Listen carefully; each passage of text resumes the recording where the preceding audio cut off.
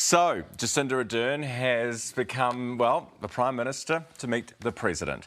And the first time a New Zealand Prime Minister has sat down in the Oval Office in nearly 10 years. John Key was the last to do it with Barack Obama back in 2014. Here for his reaction this morning to this historic meeting is former US Ambassador to New Zealand and good friend to President Biden, Mark Gilbert. Mark, Morena, thank you so much for joining us. Thanks for being with us here in New Zealand. Great to have you on the program. You know Joe Biden very well. You've had a look at some of these images and comments.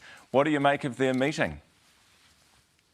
Kia ora, Ryan. Thank you for having me. I think it's fabulous. Anytime two world leaders can get together to discuss the important issues of the day is fabulous. I think the Prime Minister has had a great trip to the U.S.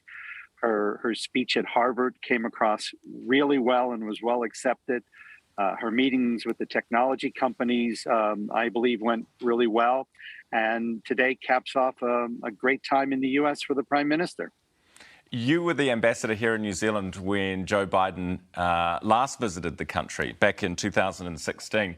The Prime Minister extending another invite when she was at the White House today. Do you think he's likely to come down here as president? And why don't more presidents come to New Zealand? Well, first of all, it's always great to have the invitation. But what is happening geopolitically around the world today, that might be a little difficult. As you know, with what's happening between Ukraine and Russia, tensions with China, inflation at pretty substantial levels, the president really has quite a bit on his plate right now.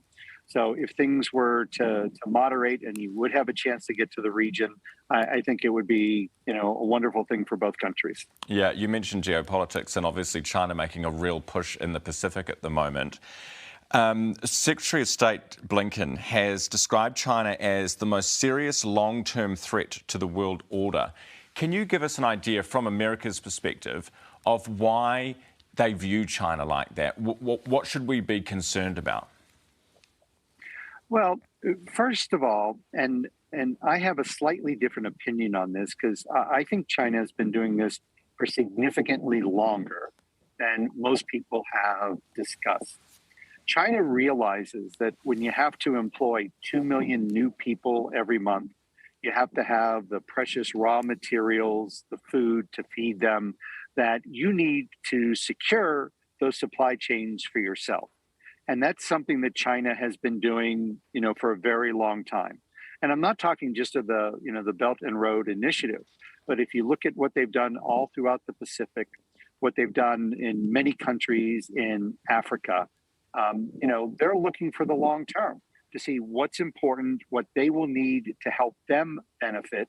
And sometimes they do it in a way that, we in the United States would not look upon, fondly. Many times they'll give low interest debt, loans to countries to try to get in with those countries. And when those countries don't have the ability to pay not only the interest, but the loans back, then China, trades it, for the precious raw materials that they need. And that's something that we as the United States, and I'm sure New Zealand, would never do. So you think that these moves are more about trade and commerce than potential future control or influence? No, not at all. I think they're using trade and commerce for that future control. And that's why, you have to be very careful with those issues. And it's something that I dealt with quite a bit while I was in New Zealand and worked, hand in hand with the New Zealand government. So this meeting has now wrapped up. One of the issues, of course, we're quite keen to get is a free trade agreement with the United States, or at least to have the states enter the CPTPP. Do you think that, how realistic is our aspiration in that area? Yeah. So it is a topic that President Biden and I have spent a significant amount of time talking about.